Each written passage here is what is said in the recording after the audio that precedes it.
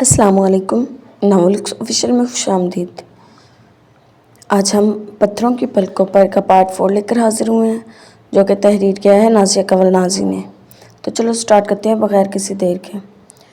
وہ سہل سمندر کے کنارے بیٹھی سمندر میں ادم میں جاتی موجوں کا نظارہ کر رہی تھی، جب اچانک کچھ ہی فاصلے پر بیٹھے فرحان گل کی نظر اس کی جانب اٹھی اور وہ قدرے مسرور ہوتا ہوا اپنی جگہ سے اٹھ کر چھپکے سے اس کی طرف آیا۔ السلام علیکم مانسا جی۔ وہ چونکی تھی، پھر اس کے چہرے پر نگاہ پڑتے ہی مسکرا اٹھی۔ وعلیکم السلام، کیسے ہو فرحان؟ ٹھیک ہوں، اللہ کی ذات کا بہت کرم ہے۔ وہ خوش دکھائی دے رہا تھا۔ آنسا کے چہرے سے نگاہ ہٹا نہیں سکی۔ کتنے دن ہو گئے آپ مجھ سے ملنے نہیں آئی، کوئی ناراضگی تھی کیا؟ نہیں، وہ اس کے معصوم انداز پر مسکرا اٹھی۔ ایک بات کہوں آنسا جی، آپ برا تو نہیں منائیں گی؟ اس کے چہرے کی طرف بغور دیکھتے ہوئے وہ بولا، پھر اس بات میں سر ہلاتے ہوئے بولی، ہاں کہو۔ آپ بہت خوبصورت ہیں۔ میں نے آج تک اپنی زندگی میں اتنی خوبصورت اور نیک دل لڑکی نہیں دیکھی۔ یقین مانیے آنسا جی، آپ میرا آئیڈیل ہیں۔ وہ نوجوان تھا، مگر اس کے لہجے میں معصومیت تھی۔ آنسا بہت پھر ہنس پڑی۔ آنسا، امی آپ کو بہت یاد کرتی ہیں، روز مجھ سے پوچھتی ہیں کہ آپ مجھ سے ملنے گھر کب آئیں گی، اور میں روز اپنی طرف سے انہیں کوئی بہانہ بنا کر جواب دے کر ٹال دیتا ہوں۔ کل سے ان کی طبیعت بہت پھر بہتر نہیں ہے، آپ گھر چلیں گی؟ اس بار اس نے جی کا سگا نہیں لگایا۔ آنسا کی نظریں پھر سے سمندر کی پھبری ہوئی موجوں پر تھیں۔ ہاں، مگر ابھی نہیں۔ کیوں؟ پتہ نہیں، ابھی یہاں سے اٹھنے کو دل نہیں چاہ رہا۔ فرحان اس کے جواب پر خاموش رہا تھا۔ تبھی وہ بولی، فرحان ایک سوال پوچھوں؟ پوری ایمانداری سے جواب دو گے؟ ہاں۔ وہ اس کی اداس آنکھوں سے مچلتے قرب کو بغور دیکھ رہا تھا جب اس نے پوچھا، کیا تم نے کسی لڑکی سے محبت کی ہے؟ ہاں، لڑکپن کی عمر میں کی تھی، آج سے قریباً 3-4 سال پہلے۔ اس کے معصوم جواب پر وہ پھر مسکرائی۔ کون تھی وہ لڑکی؟ اس کی اداسی سے کہنے پر اس نے پھر پوچھا۔ جب وہ بولا، ہمسائی تھی، بچپن کا ساتھ تھا ہمارا اور اس کا۔ جب بھی میں بہت پریشان ہوتا وہ میرا حوصلہ بڑھاتی، میرے غم سمیٹتی۔ جب تک وہ زندگی میں رہی کبھی کسی تکلیف پر نہیں گھبرایا۔ البتہ اس کے جانے کے بعد زندگی بے رنگ اور بوجھل ہو گئی۔ کہاں جانے کے بعد؟ لاسٹ ایئر شادی ہو گئی اس کی، آج کل پیرس میں ہوتی ہے۔ تمہیں یاد آتی ہے؟ ہاں، جب میں فری ہوتا ہوں یا تنہائی میسر ہوتی ہے۔ اس کی یاد بہت تکلیف دیتی ہے۔ یہ اعتراف بڑے کھلے انداز میں کر رہا تھا۔ آنسا کے لبوں پر دھیمی سی مسکان ابھری۔ فرحان، کیا واقعی کوئی مرد کسی عورت سے سچا پیار کرتا ہے؟ جانے کیا سوچ کر اس نے پوچھا تھا، جب وہ جواب دیتے ہوئے بولا، ہاں، اگر کوئی عورت کسی مرد سے خالص پیار کرے، اس کے جذبات اور سوچ میں کھوٹ نہ ہو، بالکل بچوں کی طرح وہ اپنے محبوب پر اپنا پیار لٹائے، اس کا خیال رکھے، تو مرد عورت کے دامن نہیں چھڑا سکتا۔ بکواس ہے یہ۔ عورت مرد کے لیے اپنا آپ مٹا بھی دے، تب بھی وہ اس سے سچا پیار نہیں کرتا۔ کوئی بھی مرد کبھی بھی صرف ایک عورت کے پیار کو کل سمجھتے ہوئے اس پر اتفاق نہیں کرتا۔ مرد موسم ہوتا ہے، بدلتا رہتا ہے، کبھی کسی کے ساتھ، کبھی کسی کے ساتھ۔ ایک لمحے میں وہ جذباتی ہوئی تھی۔ فرحان اس کے چہرے پر بکھرتی سرخی کو دیکھتا رہ گیا۔ سوری، میں جذباتی ہو گئی۔ اگلے ہی پل اسے اپنی جذباتیت کا احساس ہو گیا تھا۔ اس نے فوراً معذرت کر لی۔ آپ کی لائف میں کچھ ایسا ہے جو آپ مجھ سے شیئر نہیں کر رہی؟ کچھ دیر خاموشی کے بعد فرحان نے اسے کہا۔ جواب میں وہ مضطرب ہو کر اٹھ کھڑی ہوئی۔ میری طبیعت ٹھیک نہیں ہے فرحان، ماں جی سے کہنا میں کل ان سے آ کر ملوں گی۔ اپنی بات فرحان سے کہتے ہوئے وہ تیز قدم اٹھاتی اپنی گاڑی کی طرف بڑھ گئی، جبکہ پیچھے فرحان اکیلا بیٹھا سرد ہواؤں کا سامنا کرتے ہوئے نہ جانے شہادت کی انگلی سے کیا کیا ساحل کی گیلی ریت پر لکھ رہا تھا۔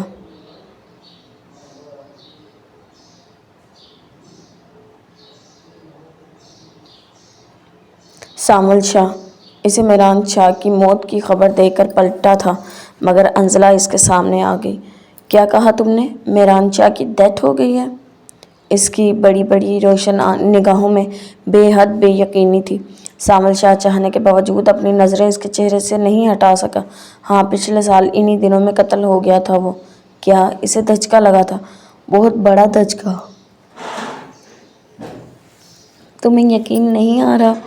आ भी कैसे सकता है। इसकी महबूबा जो ठहरी इसके हाल से बेनियाज, वो इस पर तीर बरसा रहा था। अंजला की समातें जैसे सुन होती जा रही थी। किसने कत्ल किया इसे? बहुत देर के बाद वो चिल्ला कर बोली थी। जवाब में सावल की आंखें फिर से सुर्ख हो गई। मैंने। कितने आराम से इसने एतराफ़ किया था। वो चीखी थी। क्यों? तुम्हारा क्या बिगाड़ा था इसने? यह अभी तुम नहीं समझोगी। जाओ घर जाकर आराम करो। इसे बाजू से पकड़कर साइड पर करते हुए वो बज़ाहिर आराम से बोला था, मगर अंजला शाबिक बुझ गई। छोड़ो मुझे, तुम इंसान नहीं हैवान हो। सनीता था, तुम देखना मैं तुम्हारा वो हाल करूंगी, तुम दूसरों के लिए इबरत का निशान बन जाओगे। वो जज्बाती हो गई थी। सनी दादा अपनी इस दर्जतोहीन पर इस पर हाथ उठाए बगैर नहीं रह सका था। बहुत बोलती हो तुम, लगता है तुम्हारे लिए भी कुछ सोचना पड़ेगा। इसे अपने ताकतवर थप्पड़ से ज़मीन पर गिराकर इसने कदरे धीमी लहजे में कहा। फिर इससे पहले कि अंजला कुछ कहती, वो तेज़ तेज़ कदम उठाते हुए कब्रिस्तान से दूर होता चला गया। तुझको पाने की तमन्ना थी जो पूरी ना हुई। कोई हसरत ही नहीं, हसरत नाकाम के बाद। मुझको जिस शाम तो आके मिला था संग दिल, शाम वैसी नहीं फिर इस शाम के बाद। रात के करीबन 2 बज रहे थे और वह अकेला सर्द हवाओं के संग सरसब्ज लॉन में कैन की चेयर पर बैठा था। ज़मीन के किसी भी गोशे में सुकून नामी कोई चीज़ नहीं थी। ऐसा तो नहीं था वो आज तक इसके हाथों किसी भी औरत की तजलील नहीं हुई थी।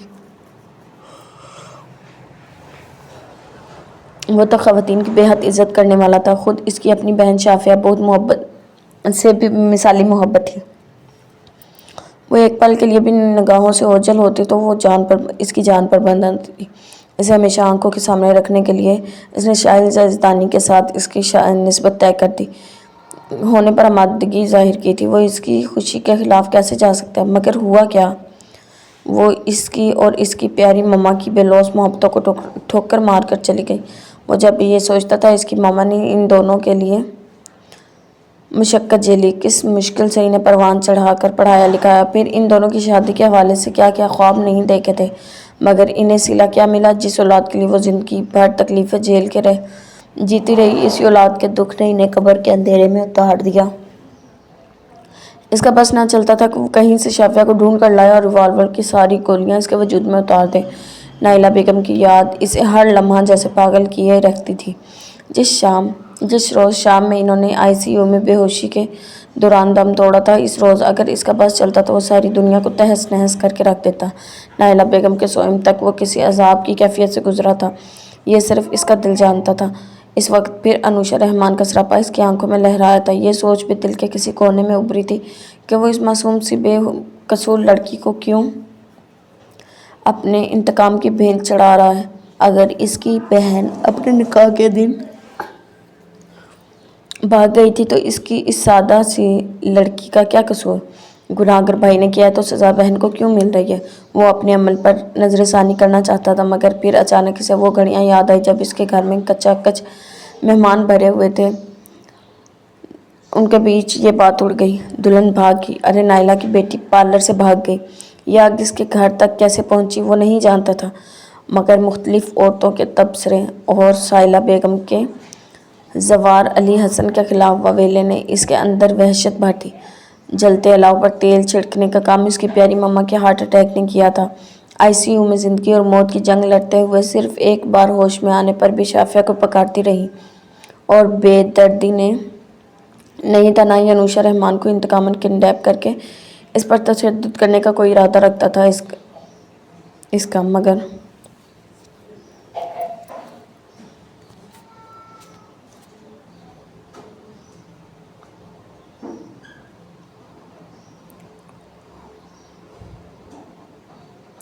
अपने घर में उठते तूफान और मामा की हालत के पेश नज़र इससे बग़ैर सोचे समझे यह कदम उठाना पड़ा था। अपनी महबूब मामा की नागहानी वफ़ात और रिश्तेदारों के ज़हर में बिछी इश्तिहा अंगेज़ बातों ने इसे इंसान से हैवान बना दिया था। ऊपर से जवार हसन की अचानक गुमशुदगी ने इसके शक को मज़ीद पक्का कर दिया, और चूँकि वो इस तक नहीं पहुँच पाया था, लिहाजा इसकी बहन अनुषा रहमान को इसके जुल्म और तशद्दुद का शिकार होना पड़ा था। अनुषा रहमान का ख्याल आते ही वो फिर से मुस्तरिब हो गया था आंसुओं से लबालब भरी निगाहें, तेज बुखार में तप कर कपकपाता वजूद और भूख से कमलाया चेहरा इसे परेशान कर रहा था, मगर इसने खुद को नरम पड़ने नहीं दिया। नहीं, मुझे अनुषा रहमान के मामले में बुज़दिली नहीं दिखानी, जिस तरह इसके ज़लील इंसान ने मेरी बहन के ज़रिए इसी वक्त लॉन से उठते हुए इसने सोचा था, और फिर तेज़ तेज़ कदम उठाते हुए घर से बाहर निकल गया था। कैसी वीरानियाँ उतर आई थी इस घर के अंदर। इसका दिल बुरी तरह से जल रहा था। रात आधी से ज़्यादा ढल चुकी थी। सर्द हवाएं जिसमें में अजीब सी कपकपी दौड़ा रही थी, बेकुल कर रही थी। स्टीयरिंग पर इसका हाथ ड्राइविंग के दौरान भी कपकपा रहा था। इसका इरादा हवाखोरी का था, मगर ना जाने क्या सोचकर वो फार्म हाउस की तरफ चला आया। सख्त ठंडी रात के 3:30 बजे जब वो लॉक्ड लकड़ी का दरवाज़ा खोलकर अहाते के अंदर दाखिल हुआ, वहाँ मौजूद घोड़ों ने इसे देखकर हिनहाना शुरू कर दिया। वो गर्दोपेश पर सरसरी सी एक निगाह डालकर कमरे के तरफ आ गया। अंदर कमरे में सख्त सर्दी के बायस कपकपाते हुए वो एक कोने में दीवार से टेक लगाए दबकी बैठी थी। जब इसने कमरे में दाखिल होने के बाद आहिस्ता से दरवाज़ा बंद कर दिया। सामने कोई रास्ता भी नहीं, मेरा खुद ही से राब्ता भी नहीं, याद रखना भी एक अजाब हुआ, भूल जाने का हौसला भी नहीं। एक दिन वो मुझे बुलाएगा, क्या यकीन है कि टूटा भी नहीं। वसवसे दिल को क्यों सताते हैं, वो अभी तक तो बेवफा भी नहीं। लम्हा लम्हा तुम्हारे नाम किया और कुछ मेरे पास था भी नहीं। दुनिया में मोहब्बत से बढ़कर कोई चीज़ कीमती नहीं होती। इसके लिए भी अरसलान हैदर की मोहब्बत से बढ़कर कुछ ना था। इस वक्त वो मैट्रिक क्लियर भी नहीं कर पाई थी जब अचानक इसके वालिद वफात पा गए थे। गो वो ज़्यादा मालदार नहीं थे, मगर फिर भी इनके होते हुए मामा ने कभी ज़िंदगी के तल्ख तरीन भयानक रूप नहीं देखे थे। माँ तो पहले ही बीमार रहती थी, अब इस सानी के बाद तो इनकी रही सही हिम्मत भी जवाब दे गई थी। जिस दिन वो अपनी माँ के साथ अपनी ज़िंदगी के इंतहाई बदतरीन दिन गुजार रही थी, इन्हीं दिनों अरसलान हैदर की मामा ने इन्हें सहारा दिया था। अपने शौहर की वफ़ात के बाद वो अपने आवारा बेटे के साथ इंतहाई शानदार बंगले में अकेली रहती थी। मोहब्बत की शादी का जुर्म करने के बाइस इनका अपने ससुराल या मेके से कोई ताल्लुक राब्ता ना था। माँ के बेजा लाड प्यार और बाप की महरूमी के बाइस अरसलान बहुत ज़्यादा बिगड़ चुका था। इमामा के वालिद रफ़ीक हसन साहब की इनसे दूर पर एक रिश्तेदारी थी, लिहाजा इनकी रोहलत के बाद कुछ इनकी बीवी और बेटी पर तरस खाते हुए, कुछ अपना मुफाद सोचते हुए इन दोनों माँ बेटी को अपने घर ले आई थी। घर में दिए रुपए पैसे की फरमानी थी, लिहाजा इमामा और इसकी वालदा जीनत बेगम आने के बाद इनकी तन्हाई भी दूर हो गई और ख़ुद पर लाख जिम्मेदारियों से भी जान छूट गई। मामा ने यहाँ आते ही घर का सारा निज़ाम खुद संभाल लिया, साथ साथ वो अपनी तालीम भी जारी रखे हुए थी। इन दिनों अरसलान मैट्रिक का इम्तिहान दे रहा था, जबकि फर्स्ट ईयर क्लियर कर रही थी। अरसलान इससे 1 साल छोटा था, मगर फिर भी वो इसका बेहद एहतराम करती थी। जिन दिनों ज़ीनत बेगम की रोहलत हुई, इस वक्त तक अरसलान के साथ इसकी अच्छी खासी दोस्ती हो चुकी थी। यह अरसलान ही था जिसने इसकी वालदा की रोहलत के बाद इसे बिगड़ने से बचाकर फिर से ज़िंदगी की तरफ माइल किया था। वो इसके साथ बेहतरीन दोस्तों की तरह पेश आता था, कभी बिला वजह तंग नहीं करता था, कभी रोह जमाना, कभी डराना, कभी चिढ़ाता, और कभी वो रूठ जाती तो निहायत प्यार और मोहब्बत से मनाता। रफ्ता रफ्ता इसकी मोहब्बत के सैर में जकड़ती चली गई। अरसलान की मम्मा हफ्सा बेगम गुर्दे और घुटनों के दर्द के बायस बिस्तर की होकर रह गई थी, लिहाजा अभी मामा की जिम्मेदारियां मज़ीद बढ़ गई थी।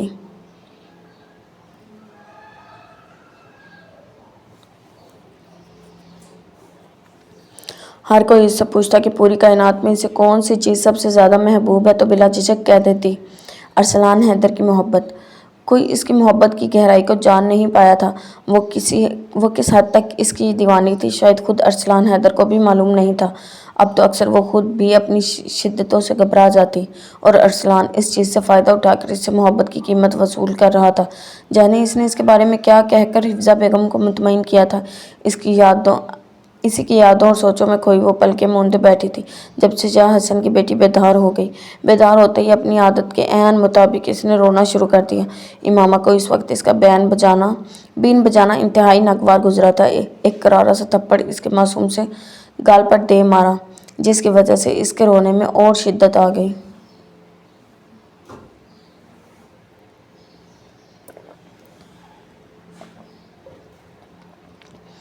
تب جھنجھلاتے ہوئے شدید غصے میں آ کر امامہ نے اپنا ہاتھ مضبوطی سے بچی کے منہ پر جما دیا۔ اس وقت اس کا دل چاہ رہا تھا وہ بچی کی اتنی پٹائی کرے کہ وہ ساری عمر کے لیے رونا بھول جائے۔ اکثر وہ اس پر اپنا غصہ اتارنے کے لیے اس کی زور سے چٹکی کاٹتی، کبھی کبھار غصہ آتا تو زمین پر پٹک دیتی، مگر آج تو اس نے غصہ کنٹرول نہیں ہو رہا تھا، اس کا بس نہ چلتا تھا بچی کو جان سے ہی مار ڈالے۔ باہر بارش تیز ہو رہی تھی۔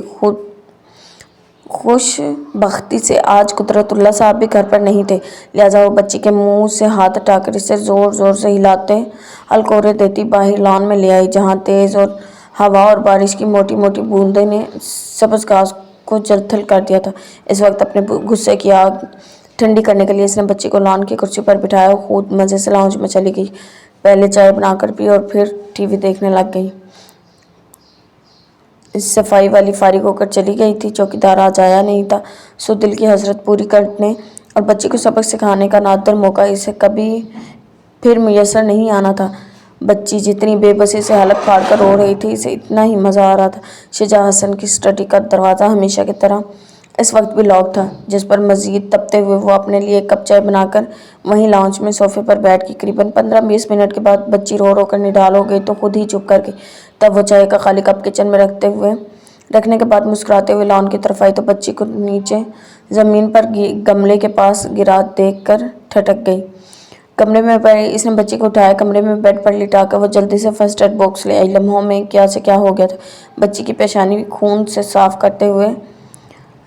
سے خون صاف کرتے ہوئے اس کے ہاتھ واضح کپ کپا رہے تھے۔ یقیناً اس واقعے کے بعد شجاع حسن اسے ایک لمحے میں ملازمت سے فارغ کر سکتا تھا، اور اگر ایسا ہو جاتا ارسلان کے سامنے کیا منہ لے کر جاتی، اسے کیسے قانون کی گرفت سے آزاد کرواتی۔ اس نے تو سوچا تھا کہ بچی بارش میں بھیگنے کے بعد سردی کا شکار ہو جائے گی، پھر اسے تیز بخار ہوگا اور ہو سکتا ہے اسی بخار میں وہ مر جائے، اس کی جان چھوٹ جائے، مگر معاملہ بگڑ گیا تھا۔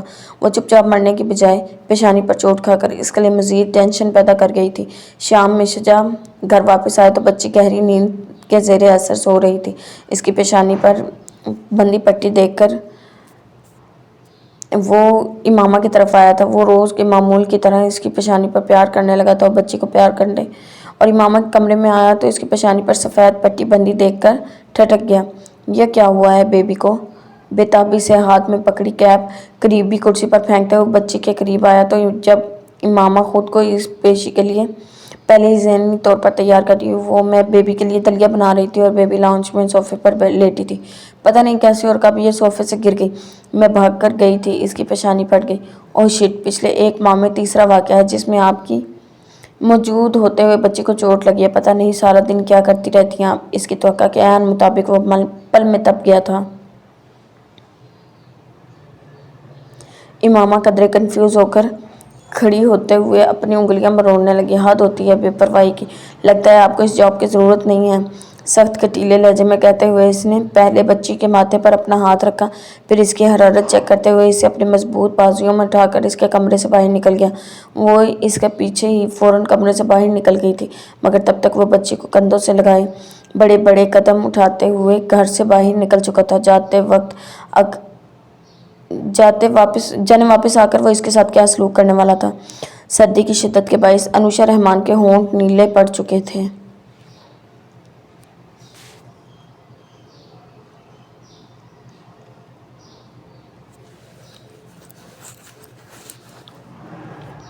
کمرے میں بستر، کمبل یا چارپائی نام کی کوئی چیز نہیں تھی، کرسی یا میز تک دکھائی نہیں دے رہا تھا، سو وہ ٹھنڈی زمین پر سکڑ کر بیٹھی، گھٹنوں میں سر دیے رو رہی تھی۔ ایک پل کے لیے اس کا دل پسچا تھا، مگر اگلے ہی پل وہ دماغ پر غالب آ گیا۔ انوشا نے چونک کر اس کی آہٹ پر سر اٹھا کر دیکھا، پھر اس پر نگاہیں پڑتے ہی بے بسی سے رو پڑی۔ کیوں رو رہی ہو؟ اس کے یوں رونے پر دل کو کچھ ہوا تھا۔ تبھی وہ دھاڑ کر بولا تو انوشا نے اپنی آنکھیں رگڑ ڈالی۔ مجھے یہاں سے بہت ڈر لگ رہا ہے، خدا کا واسطہ ہے شہزاد، مجھے چھوڑ دو پلیز۔ کتنی معصوم لگ رہی تھی وہ اس سے التجا کرتی ہوئی۔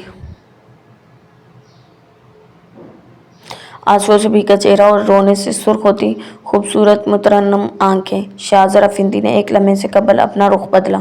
ठीक है, छोड़ दूंगा, मगर तुम्हारी वजूद और रूह को दागदार करने के बाद, ताकि तुम्हारे इस कमीने भाई को मालूम हो कि किसी की इज्जत से खेलने का अंजाम क्या होता है। नहीं, तुम ऐसा नहीं करोगे, तुम मेरे साथ ऐसा नहीं कर सकते। वो इसका इरादा भांप गई थी। तभी आजिज़ी से गिड़गिड़ाई तो वो भिंगारा था। क्यों नहीं कर सकता? क्या मैं मर्द नहीं हूँ, या मैंने देवता होने का सर्टिफिकेट ले लिया है? यज़दानी पैलेस में अब अनुषा और जवार दोनों के लिए ही नफरत के सिवा और कुछ नहीं था। साहिला बेगम तो अब अपने कम घर में इन दोनों बच्चों का जिक्र सुनना पसंद नहीं करती थी। कमाल साहब की हालत रोज़ बिगड़ती जा रही थी।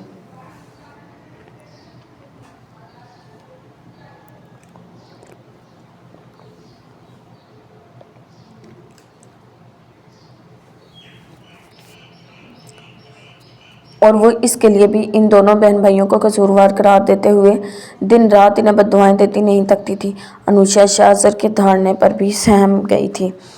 तभी वो इसका बाजू दबोचे हुए सख्ती से करखट लहजे में बोला, तुम यहाँ से साफ सुथरी चली गई तो ज़रूर किसी न किसी की ज़िंदगी का हिस्सा बनकर ये जख्म भूल जाओगी।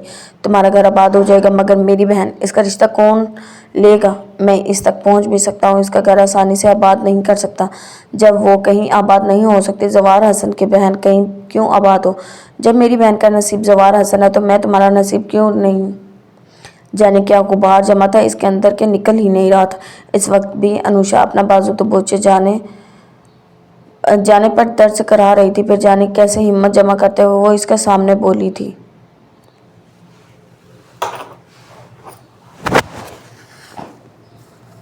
तुम्हारी बहन खुद अपनी मर्जी से भागी थी, या भागी थी, किसी ने ज़बरदस्ती भगाया नहीं था। जबकि मेरा दामन साफ है, वो बदकिरदार थी, तभी चक्कर देकर भाग गई। मगर मैं तड़ाक इससे पहले कि वो अपनी बात मुकम्मल करती, शाहज़रा फिंदी का भारी हाथ इसके गाल पर अपनी उंगलियों के निशान छोड़ गया। आज के बाद ये घमंड नहीं देगा तुम्हें। कती वहशत का मुजाहरा करते हुए इसने इसका नाजुक सा बाजू झंझोड़ डाला था। नहीं, तुम ऐसा नहीं करोगे, खुदा का वास्ता है शाहज़रा फिंदी, मुझे जीते जी पल पल मरने की अजियत मत दो, मुझे दागदार मत करो, प्लीज़ मुझे पाकीज़ा रहने दो। वो दोनों हाथ जोड़कर बुरी तरह लरजते हुए शाहज़रा फिंदी की मिन्नत की थी, मगर वो इस वक्त भला अपने वास में ही कहा था जो इसके वास्तों की लाज रखता, इसके आंसुओं में छुपे कुर्ब की गहराई को समझता, इसके शदीद बुखार में जलते जख्मों से चूर बदन का लिहाज करता। अनुषा रहमान का सर इस वक्त बहुत तेज़ी से घूम रहा था। खौफ से जर्द चेहरा एकदम से सफ़ेद पड़ गया था। शाहज़रा फिंदी की जहरियत पर ख़ुद को महफूज रखने की हर नाकाम कोशिश करने के बाद वो यूं साकित हो गई थी गोया इसके वजूद में जान ही ना रही हो। शाह ने देखा वो हल्के हल्के लरजते हुए बड़ी मुश्किल से सांस ले रही थी। इस रात वो इसी हालत में छोड़कर फार्म हाउस से बाहर निकल आया था।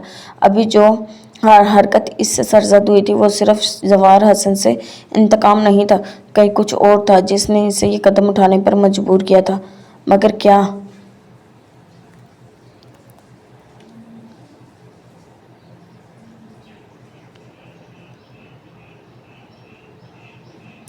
ये खर्चा कि वो इसके अलावा किसी और की ना हो जाए।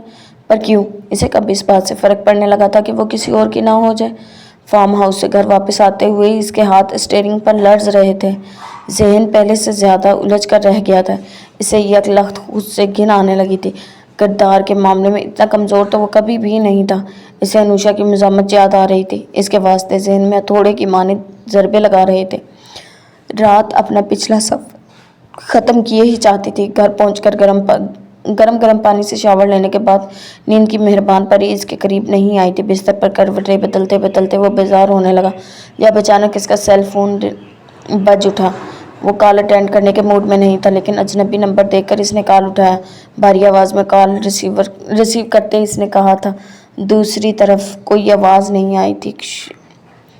कोई ज़ोर शोर से रो पड़ा, हेलो। अब कि इसकी आवाज़ में बेकरारी थी, तभी दूसरी तरफ से आवाज़ उभरी, हेलो भैया, मैं शाफिया बोल रही हूँ। भैया, मैं बहुत तकलीफ़ में हूँ। वो इसकी आवाज़ सुनते ही कॉल डिस्कनेक्ट कर देना चाहता था, मगर जाने क्यों ना कर सका। भैया, आप सुन रहे हैं ना? अपनी अजीज़ जान बहन के आंसुओं में डूबी आवाज़ इसके अंदर छुपे तूफ़ानों को हवा दे रही थी। भैया, نہیں بھیا پلیز مجھے معاف کر دیجیے، مجھے ماما کا پتہ چلا، مجھ سے صبر نہیں ہو رہا بھیا، میں کسی کے ساتھ نہیں بھاگی، مجھ پر لگا ہر الزام غلط ہے، میں صرف ساحل کے ساتھ نکاح سے بچنے کے لیے خود اپنی دوست کی ساتھ کوئٹہ آ گئی ہوں، میرا دامن شفاف ہے بھیا، خدا کی قسم میں نے کسی کے ساتھ نہیں بھاگی، مجھے تو پتہ بھی نہیں ہے زوار علی حسن کہاں ہیں۔ بھیگے لہجے میں جلدی بولتے ہوئے وہ اسے سر تپیر شاکٹ کر گئی تھی۔ کیا بکواس کر رہی ہو تم؟ اس کے عذاب چٹک رہے تھے۔ تبھی اس نے شافیہ کو کہتے سنا، میں سچ کہہ رہی ہوں بھیا، کتنی بے بسی ہو کر میں نے یہ قدم اٹھایا ہے، اکیلے اٹھایا ہے۔ میری دوست نے مجھے یزدانی پیلس کے حالات بتائے ہیں، آج ہی تمام سچائی میرے سامنے کھلی ہے۔ میں پچھلا پورا ہفتہ ہسپتال میں تھی، وہ سسکیاں بھر رہی تھی اور ادھر شاہزر افندی کو محسوس ہو رہا تھا جیسے اس کا وجود ٹکڑے ٹکڑے ہو کر ہوا میں تحلیل ہو رہا ہو، ساری حصیں، سماعتیں، بصارتیں جیسے ایک دم سے مفلوج ہو کر رہ گئی تھی۔ شافیہ افندی کی کال ڈسکنیکٹ ہو چکی تھی، مگر اس کے باوجود وہ سیل فون ہاتھ میں لیے جانے کتنی دیر تک گمسم بیٹھا رہا تھا، اپنے مال کے گرد اڑتے دیکھ رہا تھا۔ بہت دیر کے بعد اس کے اعصاب قدرے نارمل ہو گئے تو اس نے اپنے گھر سے فارم ہاؤس کے راستے پر ڈالی۔ مزید ایک لمحہ بھی نہیں لگایا تھا، مگر شاید نہیں، یقیناً اسے بہت دیر ہو چکی تھی۔ سنو، پتھر نہیں ہونا۔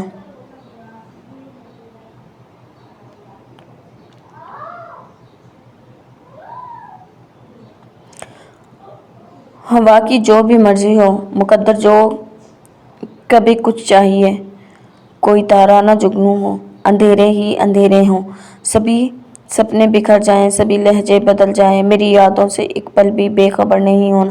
سنو، پتھر نہیں ہونا۔ شجاع حسن کی گاڑی گھر واپس آ چکی تھی۔ وہ شام 8 بجے کا گیا، رات 11 بجے کے قریب گھر واپس لوٹا تھا۔ تب تک امامہ لاؤنج میں صوفے پر سمٹ کر بیٹھی اس کی واپسی کا انتظار کرتی رہی تھی۔ گاڑی پورچ میں کھڑی کرنے کے بعد وہ اپنی سوئی ہوئی بیٹی کو کندھے سے لگائے اس کے لاؤنج میں موجودگی کو یکسر نظر انداز کرتے اپنے کمرے کی طرف بڑھ گیا تھا۔ وہ پریشان ہوئی تھی، جانے اب وہ اس کے ساتھ کیا سلوک کرنے والا تھا۔ اندر سے بے حد ڈرنے کے باوجود وہ ہمت کرتی چھوٹے چھوٹے قدم اٹھاتی ہوئی اس کے پیچھے ہی کمرے میں چلی آئی۔ شجاع اپنی بیٹی کو احتیاط سے بیڈ پر سلانے کے بعد اب پلٹ رہا تھا۔ سر، اب بیبی کی طبیعت کیسی ہے؟ قدرے ڈرتے اس نے پوچھا۔ شجاع حسن اسے کوئی بھی جواب دیے بغیر کمرے سے باہر نکل آیا۔ جواباً وہ بھی کمرے سے باہر نکل آئی۔ اسے اپنے کسی بھی عمل پر تاحال کوئی پشیمانی نہیں تھی، نہ بچی کے جینے مرنے سے کوئی غرض تھا۔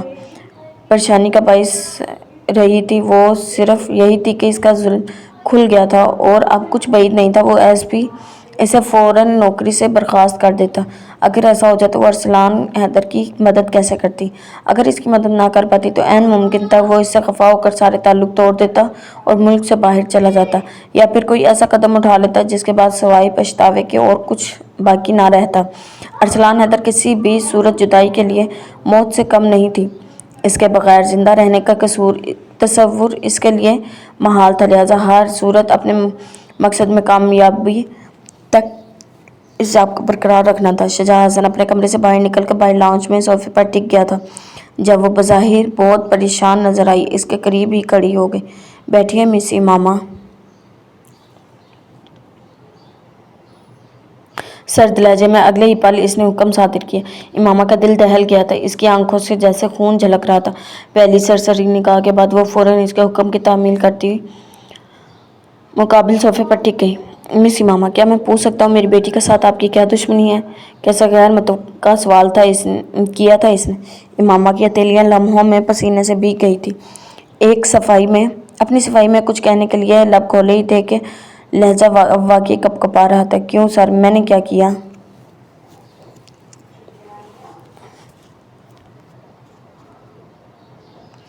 ذرا کی ذرا نگاہ اٹھا کر اس کے کرکھٹ چہرے پر ڈالتے ہوئے وہ منمنائی، جب وہ دہراتے ہوئے بولا، آپ نے کیا کیا؟ میری بچی کو جان سے مارنے کی کوشش کی ہے آپ نے۔ ڈاکٹر کے مطابق وہ کئی گھنٹے پانی میں بھیگتی رہی ہے۔ اس کی پیشانی کا زخم بھی کافی گہرا ہے، انتہائی حد تک سہم گئی ہے وہ۔ کیوں؟ کیا کیا ہے؟ ایسا کیا کیا ہے آپ نے کہ اس کے ساتھ وہ پچھلے 2 گھنٹوں سے وہ رو رہی ہے؟ रो भी नहीं रही है। याद रखिए कि मिस इमामा, अगर मेरी बच्ची को कुछ हुआ तो मैं आपको हरगिज़ माफ़ नहीं करूँगा। इमामा ने देखा, इसकी सुर्ख आंखों में हल्की सी नमी झलक रही थी। वो शख्स अपनी बेटी के लिए कितना अटैच था, इमामा अंदाज़ा कर सकती थी।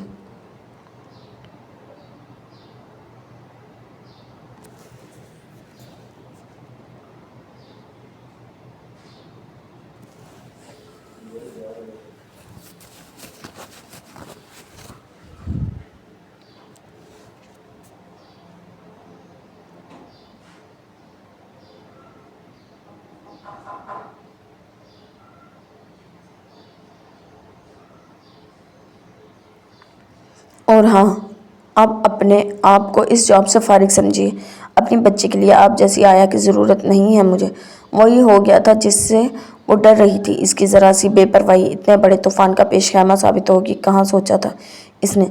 शजाब किचन की तरफ बढ़ रहा था, तभी वो लपक कर इसके पीछे गई। सर प्लीज़ मेरी बात सुने, मेरी बेबी के साथ कोई दुश्मनी नहीं है। मैं इस मासूम को जान से क्यों मारने की कोशिश करूंगी भला। प्लीज़ मेरा यकीन कीजिए, मैं बिल्कुल बेकसूर हूँ। इसके लहजे में आजिज़ी थी, मगर शजा ने जैसे कुछ सुना ही ना हो और अब अपने लिए पैन में चाय बना रहा था। सर प्लीज़ मुझे माफ़ कर दीजिए, मेरा यकीन करें मैंने ऐसा कुछ नहीं किया। मेरी गलती सिर्फ इतनी है कि मेरी तबीयत ठीक नहीं थी और मैं सो गई। इस दौरान गुड़िया की आंख खुली और जाने कैसे वो कमरे से निकलकर लॉन में चली गई। मेरे सिवा कोई मुलाजिम भी ड्यूटी पर नहीं था, लिहाजा किसी को पता नहीं चल सका गुड़िया क्या कर रही है। प्लीज़ मेरा यकीन करें, मैं झूठ नहीं बोल रही हूँ। प्लीज़। इस बार इसने आंखों में आंसू भर लिए थे। शजा ने खामोशी से चाय कप में उंडेलने के बाद चूल्हा बंद कर दिया। इट्स ओके, फ़िलहाल मेरा मूड बहुत ख़राब है। बेहतर होगा अगर इस वक्त आप मुझे अकेला छोड़ दें। इसके लहजे में अब भी पहले से करकटी थी। मामा चुपचाप मुंह लटकाए वापस अपने कमरे में चली गई। सड़ियल बददिमाग कमीना, खुद को न जाने क्या समझता, मरी चिपकली जैसी बेटी है उसके लिए ये मुझे निकाल रहा है। अपने कमरे में आने के बाद वो ज़ोर से दरवाज़ा बंद करके इसने अपने गुस्से को इजहार किया था। एन इसी लम्हे इसके सेल पर अरसलान हैदर की कॉल आई थी, जिसे पहली बार इसने चौथी पांचवीं बेल पर उठाया था। हेलो मून, कैसी हो? पता नहीं। इसके खुशगवार सवाल के जवाब में वो खासी बेदिली से बोली थी, क्या मतलब, कोई परेशानी है क्या? दूसरी तरफ वो फिक्रमंद था। इमामा को सर में अचानक शदीद दर्द का एहसास हुआ। हाँ क्यों, क्या परेशानी है?